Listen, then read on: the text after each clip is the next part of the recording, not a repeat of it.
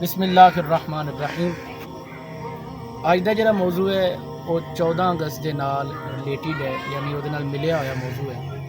बाज़ असी 14 अगस्त को इस तरीके मनाने कि सानू इस तरह मनाना नहीं चाहिए। यानी मैं एक तुहानू मिसाल देना चाहना कि साढ़े नौजवान जरा तबका है, नस्ल है कि मोटरसाइकिल के सलेंसर खोल लेंदे ने और अजीबो गरीब किस्म दी आवाज़ा निकलदियां सलेंसर दे विचों और वाजे वगैरह और जनाबे वाला हर ऐसा काम करते हैं, सूती आलूदगी फैलाते हैं। और वैसे भी वो जेह्ड़े अजकल वाजे ने टी पां वो सारा मामला जेह्ड़े ने वो चले हुए हैं, ये सरासर गलत है। 14 अगस्त अगर असी अपने वड्डियां कोलों पुछीए ना इसकी हकीकत की है तो तुहानू दसणगे कि 14 अगस्त की सी। जब 14 अगस्त की जी सुबह हुई तो बड़ियां ही भैनां ने अपने वीर खोले यानी गवाए, बड़ियां मावां ने अपने पुत्र गवाए और बड़े ही जनाबे वाला अफसोस ना के मंजर सी कि तुसी कोई चौराहा और कोई नहर, कोई ऐसी चीज़ ऐसी नहीं सी कि जिथे खून वगैरह नज़र ना आंदा होवे।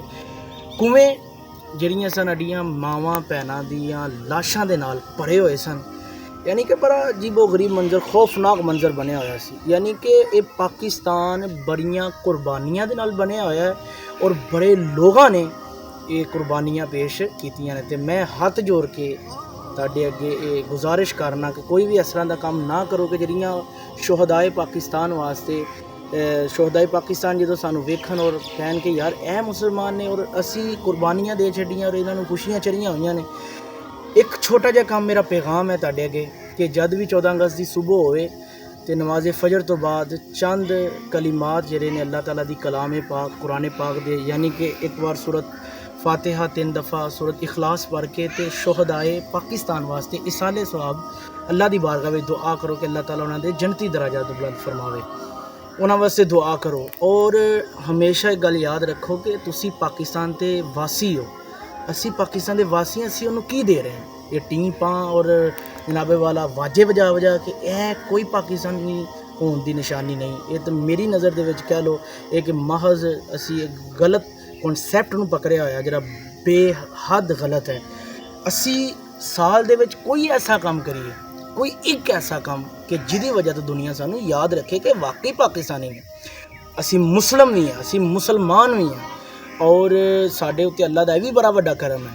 और दूसरे असी पाकिस्तानी भी हैं, पाकिस्तान आ यानी असी पाक धरती दे एक वासी हैं, नगर दे विच रहन वाले हैं। साडी सोच भी पाक होनी चाहिए, साडा अंदाज़ भी पाक होना चाहिए। असी जो निकलीए गलियां दे विच सानू लोग वेख के आखन कि यार ये पाकिस्तानी ने, ना कि लोग साढ़े को जाना छड़ान क्या वेखो जी 14 अगस्त है तो इन्हां दे कारनामे चेक करो कि की करते पे ने। वैसे भी सूती आलूदगी और वाजे तुहानू पता अगर चलदी बाइक के उत्ते वाजे वगैरह वजाए जान लोगों के कन्नां दे विच एक्सीडेंट भी हो सकते हैं, कोई इस तरह के कोई हादसाती मामला भी हो सकते हैं। इन्हां चीज़ों को गौर असी करना है, कोई ऐसा काम नहीं करना कि जिसकी वजह तो लोग साडे वालिदैन नूं बुरा भला आखन। अल्लाह दी बारगाह विच दुआ है कि अल्लाह ताला सानू अमल दी तौफीक दे।